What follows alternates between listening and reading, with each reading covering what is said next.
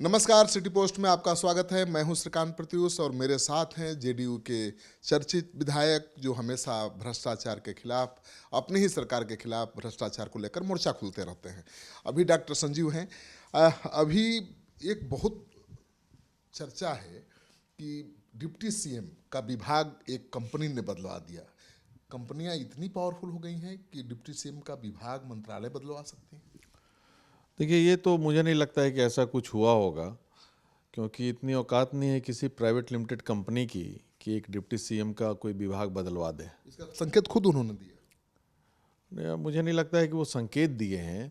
वो तो बहुत दिनों से जांच कर रहे थे। मैं भी लगातार लिख के दे रहा था कि एक रॉडिक कंसल्टेंट है जो कि वो इसमें भागीदार है। वो कैसे बचा हुआ है मुझे समझ में नहीं आ रहा है।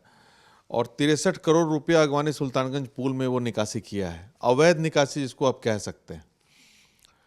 1200 करोड़ के लगभग पेमेंट हुआ है उसमें कि 63 करोड़ किस हिसाब से आप अथॉरिटी इंजीनियर को दिए हैं, समझ से पड़े हैं।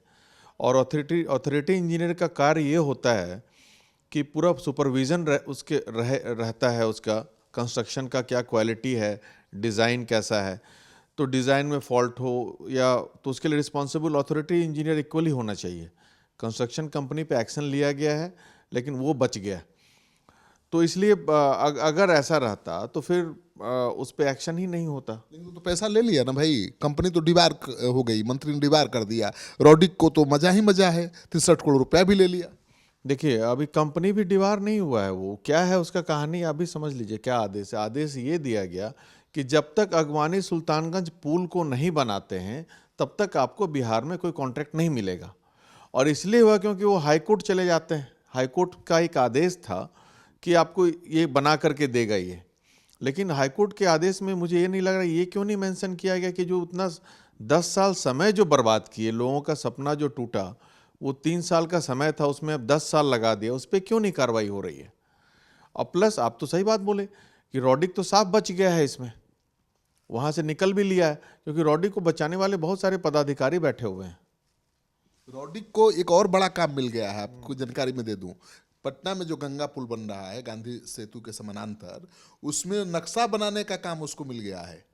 और ये पुल 14 किलोमीटर है। 3 किलोमीटर का पुल बनाने में तो लग गया 10 साल ना, अभी बना ही नहीं। 14 किलोमीटर का पुल का नक्शा वही कंपनी बनाएगी रॉडिक, और सिंगला कंपनी ही निर्माण करेगी।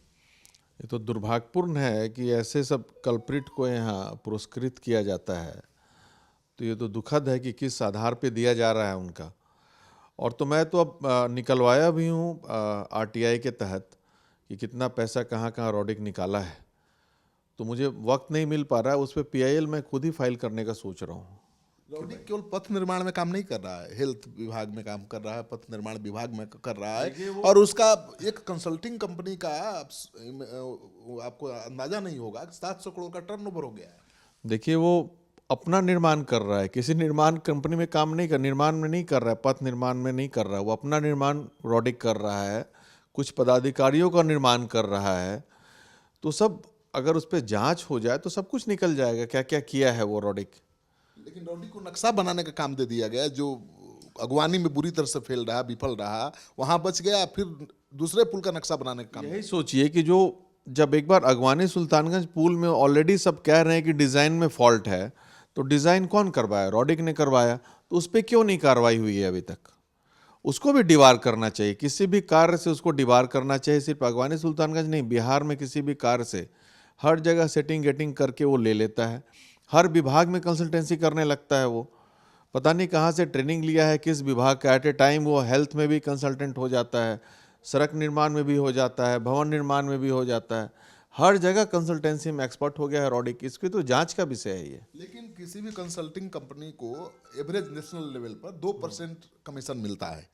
उसको तो 4% तो अगवानी में दिख रहा है कि 4% मिला, कहीं 6% भी मिल रहा है। ऐसी शिकायत है। कैसे? हमें तो लगता है कि अगवानी में उसको लगभग 6%, 5-6% मिल चुका है, जितना पेमेंट हुआ है अभी तक। बिल्कुल, तो ऐसा ही उसको मिल रहा है हर जगह। तो 2% की जगह 6% मिल रहा है, ये कौन मेहरबानी दिखा रहा है? ये तो जो मेहरबान हैं, अल्लाह मेहरबान तो गधा पहलवान वाला स्थिति हो गया है।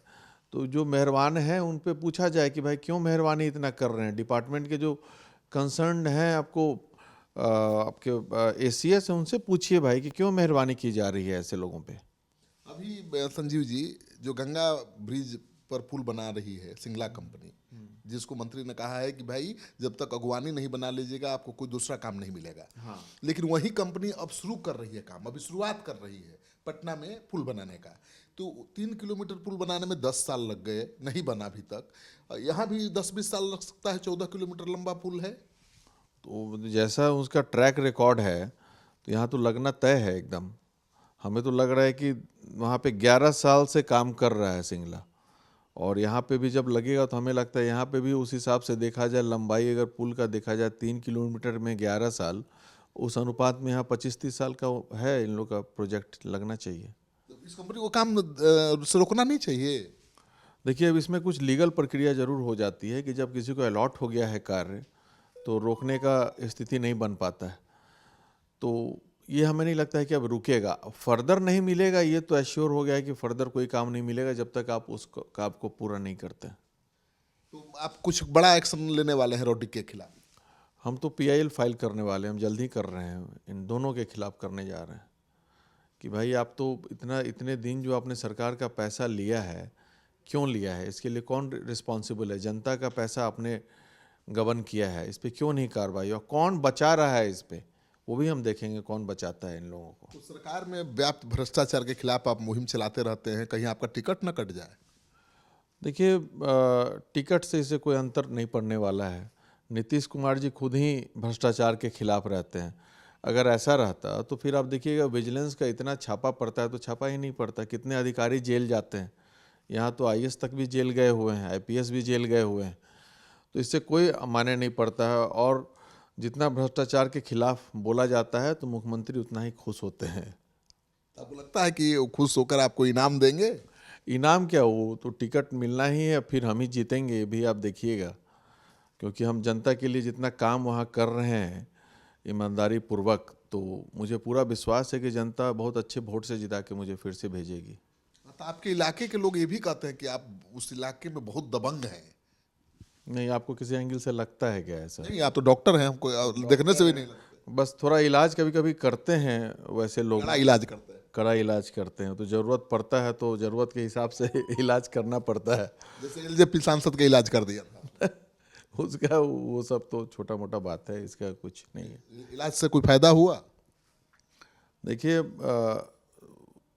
मैं तो शुरू से बोलता हूँ, छेड़ों को तो छोड़ेंगे नहीं, चाहे जो हो। तो उससे मुझे कोई दिक्कत नहीं है। सांसद होना कोई बहुत बड़ी बात नहीं है ऐसा। ये सब मोदी जी के नाम पे, नीतीश जी के नाम पे बहुत लोग जो आपको कैसे एक्सीडेंटल सांसद बन चुके हैं, बहुत जगह, एक ही खगड़िया की बात नहीं, बहुत जगह ऐसा हुआ है। तो जन नेता सेवक होना अलग बात है, ये एक्सीडेंटल सांसद होना अलग बात है। सांसद होने से कोई जनता का मालिक नहीं हो जाता है। लेकिन कहा जा रहा है कि LJP के सांसद, खगड़िया के सांसद सेठ जी हैं, और आपके चुनाव में झोला बोरा खोल के बैठेंगे आपको हराने के लिए। देखिए, कितने भी सेठ होंगे, ऐसे ऐसे सेठों को मैं 100 बार खरीद करके मार्केट में दान करने का कैपेसिटी रखता हूँ। तो मैं सबका कैपेसिटी जानता हूँ, उनका व्यापार कारोबार आप जानते हैं? सब कारोबार जानता हूँ मैं, उस पर मैं विशेष टिप्पणी नहीं करना चाहता हूँ। लेकिन वक्त आएगा तो फिर बहुत कुछ खुलेगा। तो मैं देख रहा हूँ कि क्या उन लोगों का है कोर्स ऑफ एक्शन क्या है, तो उसमें कोई दिक्कत नहीं है। चलिए, तो आप सुन रहे थे डॉक्टर संजीव को। ये कह रहे हैं कि हम किसी से डरने वाले नहीं हैं, डॉक्टर हैं पेशे से, और जो बीमार पड़ता है उसका ठीक से इलाज भी करना जानते हैं।